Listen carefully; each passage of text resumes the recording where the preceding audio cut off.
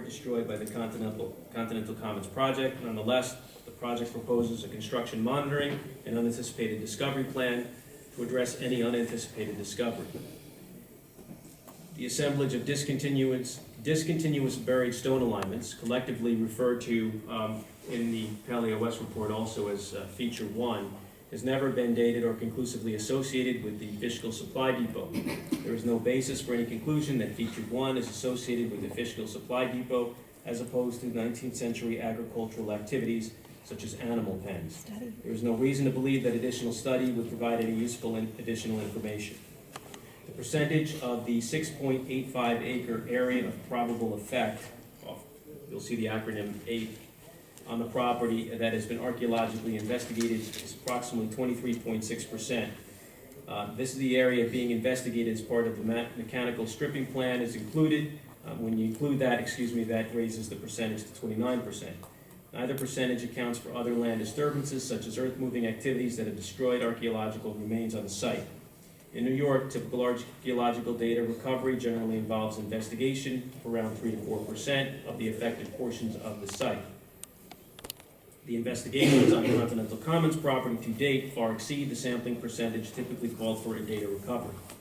OPRHP's letter of June 23, 2016 to the Planning Board confirms that the AP soil horizon, the plow zone of the Continental Commons property, has been adequately sampled for artifacts.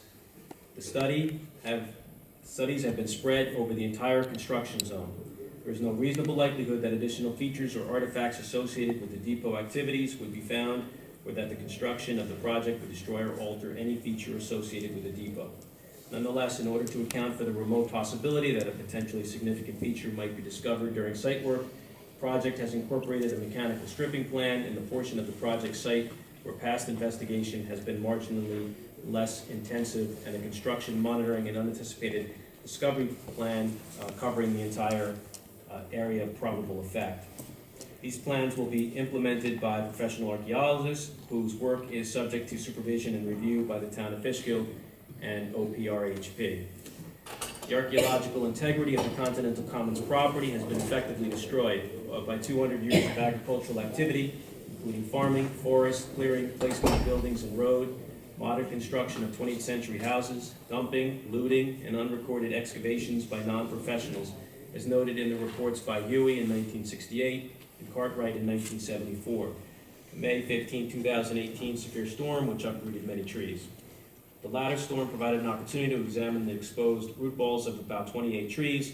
The report concluded that no archaeological artifacts or features were noted, and the additional data suggests that the parcel does not contain large deposits or features associated with the Revolutionary War.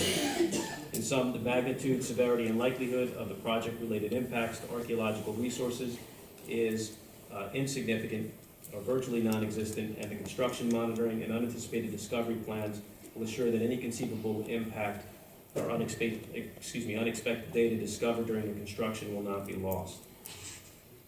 In terms of importance, as an integral part of the project, the owner has determined that the limits of the burial area, which is located on 0.4 acres of the southwest corner of the property, and will permanently preserve the burial area as part of the project. The owner has also proposed to provide public access to the burial area as part of the project, which is not otherwise available. The owner has funded a number of archaeological studies, which have led to additional archaeological information about the Continental Commons site and the Fishkill Supply Depot. Based on extensive archaeological investigations, including the results of ground-penetrating radar survey intended to identify possible burials and associated ground truthing of the area north of Race Run, there is no reasonable possibility that any burials will be affected by the Continental Commons project. Nevertheless, the applicant has included as an integral element of the project a construction monitoring and unanticipated discoveries plan, which includes a human remains discovery protocol. This was described by the board at a meeting of July 2016. The applicant's plan is considerably more detailed and rigorous than the OPRHP's generic protocol, which is routinely required for the development of projects. As an integral aspect of the proposal, applicant has proposed a mechanical soil stripping plan east of the gas station in the location of the hotel, responding to concerns expressed by OPRHP, the purpose of which is to provide additional measures of the highest protected nature to ensure then even the possibility of encountering archaeological material is considered unlikely, the appropriate measures are in place to assure that even in that unlikely event, no potentially important information will be lost. The Van Wyck House is located within a highly commercial highway interchange setting characterized by high levels of traffic and commercial uses. The proposed Continental Commons project has been designed with architectural elements that are compatible with the architectural character of the Van Wyck House, both as to time and place. The applicant has submitted elevations and design boards showing the proposed architecture of the buildings, which include historically compatible design features and roof lines. The design provides attractive architectural elements facing south and pedestrian pathways. The site layout includes many pedestrian-friendly features which enhance walkability of the site and pedestrian interconnection between the Continental Commons property and the Van Wyck House proper. The proposal will also make positive contributions to education of school-aged children and adults about the Fishkill Supply Depot and the history of the site. The Visitor Center will provide relevant information to tourists and will facilitate linkages via a trail system from the Van Wyck Wharton House to the site and to the burial area, with numerous opportunities for education regarding the history of the site, including interpretive signage along the historic walkway and a pamphlet to be distributed to the visitor centers.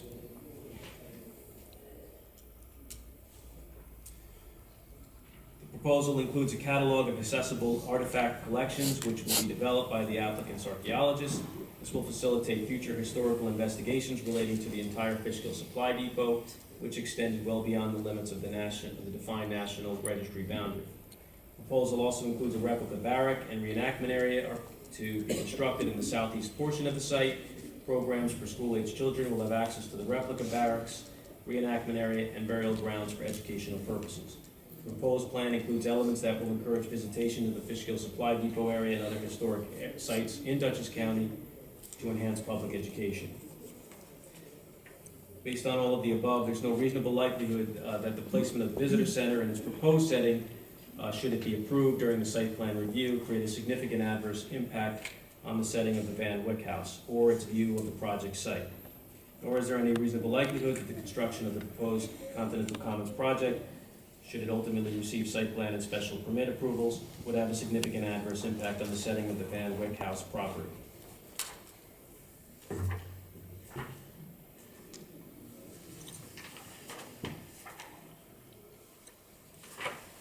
The only thing I would add, Madam Chair, is that also was provided a draft for the board's review in more detail, addressing the elements of the Part 3 that I just summarized for the entire board. All right, thank you much. Yep.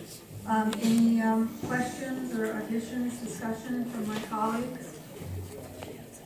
What's the conclusion? No adverse effect? Excuse me, this is not a I want to know what the public answer is. hearing. This is not. Tell me what the answer is. Is there no adverse effects or not? He didn't answer the question he's I'm supposed going to to get. show more courtesy to you than you are showing to everyone in this room. That's And fine. I say you didn't look at 7 I would or at kindly- least 8 If you sub. cannot be quiet. I will leave. Then I'm please preparing go. to leave, but you guys Now. didn't do your job. You Thank didn't you. look at the cultural resources. Thank He didn't you even very mention the much. word. We It's appreciate it's it. a whitewash. It's bullshit. Thank you, and please watch I your will. language. I will leave. Civility This is a whitewash number and one. bullshit until you address the 7 subsurface man-made structures that exist that even Once Mr. again, Klein said I there's am no evidence of. showing you more courtesy than you are showing everyone. That's in this correct. room. You're here, That's Marty. right.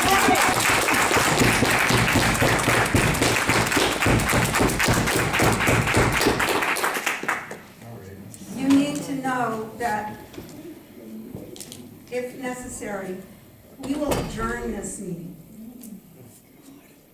That is within the authority of this board.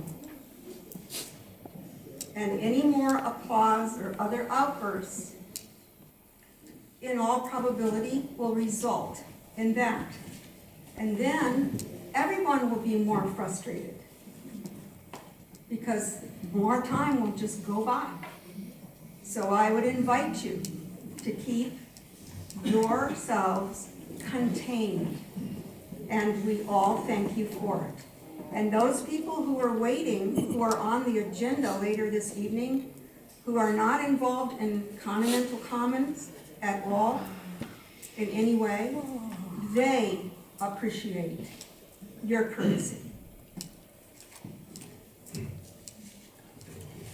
Madam Chair, if I may, I just want to make sure it's clear on the record that the summation of the entire information I just placed on the record definitively points to the fact that there is no adverse impact pertaining to the archaeological matters that we've discussed earlier. Agreed. Thank you. Mrs. Ryder, would you be willing to read through impact number 11, please? On the part 2,